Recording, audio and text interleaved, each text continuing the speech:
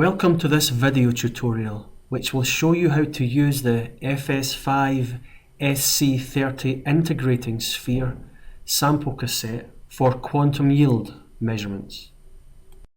The SC30 allows you to test the quantum yield of liquid and powder samples. The liquid sample holder, as it is shown at the moment, holds the cuvette at an oblique angle to the beam path. In order to begin making a quantum yield measurement, the excitation and emission spectra of the sample you want to measure must be known. An excitation wavelength which is lower than the start of the emission spectra should be chosen. In this case, it's 450 nanometers. A cuvette containing the solvent solution is placed inside the sample cassette, and excitation and emission wavelengths are chosen to be equal, in this case 450 nanometers. The emission bandwidth is typically set to 1/10 of the excitation bandwidth. An emission scan is then set up with a start wavelength around 10 nanometers below the excitation wavelength and a stop wavelength around 10 nanometers higher than the end of the emission spectra. We choose a small step size and a large dwell time and make sure that all of the correction options are ticked.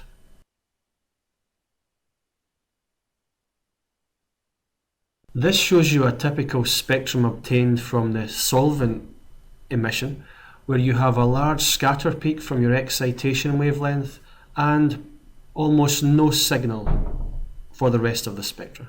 A cuvette containing your sample is then placed in the sphere. Please note that both cuvettes should be identical and have exactly the same volume of sample and solvent. An emission scan is measured with the same settings as before, but this time you can see that the scatter peak is slightly lower and there is some emission.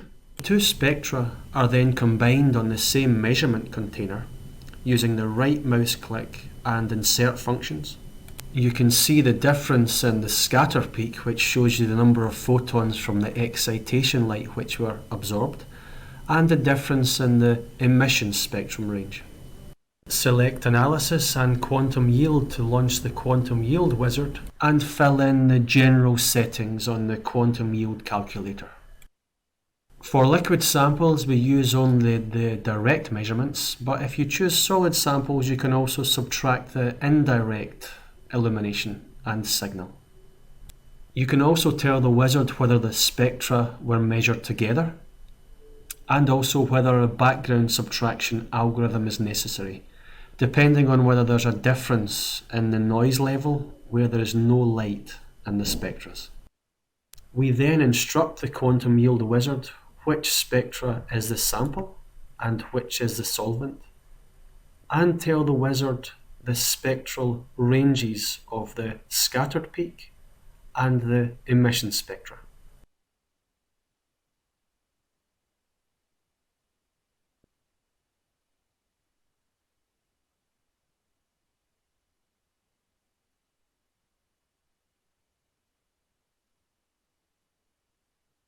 The wizard will then calculate the quantum yield of your sample.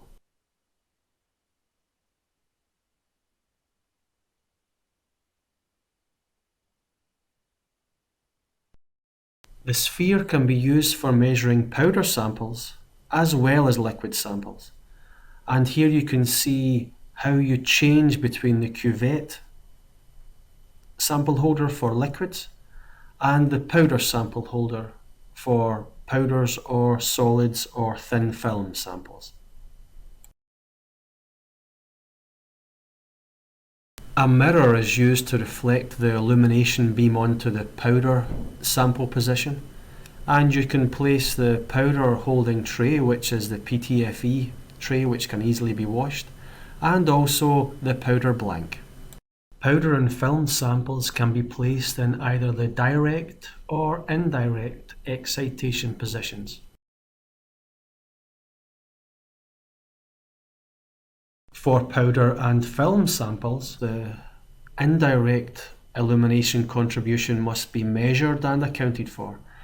In this case, we measure 3 spectra, one of the blank, one of the sample in direct illumination position, and another of the sample in its indirect illumination position, which is shown on the right.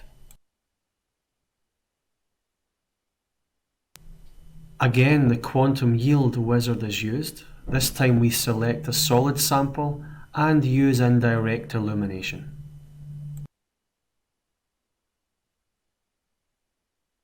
We instruct the quantum yield wizard as to which spectra belongs to which situation, and we tell the wizard what the scattered spectral range is and what the emission spectral range is.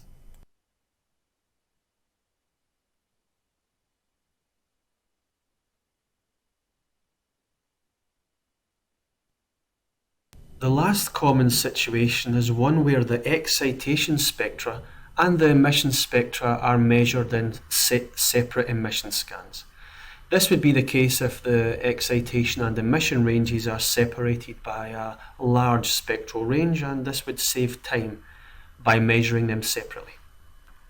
Due to the dynamic range of the PMT, it is sometimes the case that we measure the scattered peak using a neutral density filter, one which has, for example, a 1% transmission.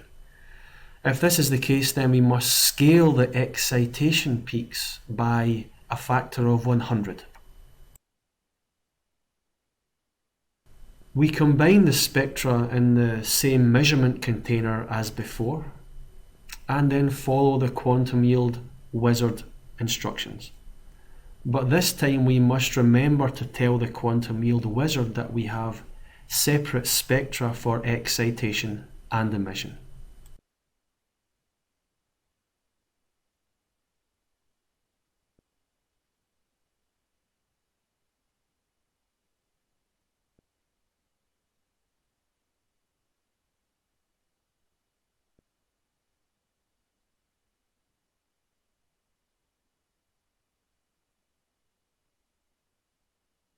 This completes the FS5 video tutorial on quantum yield.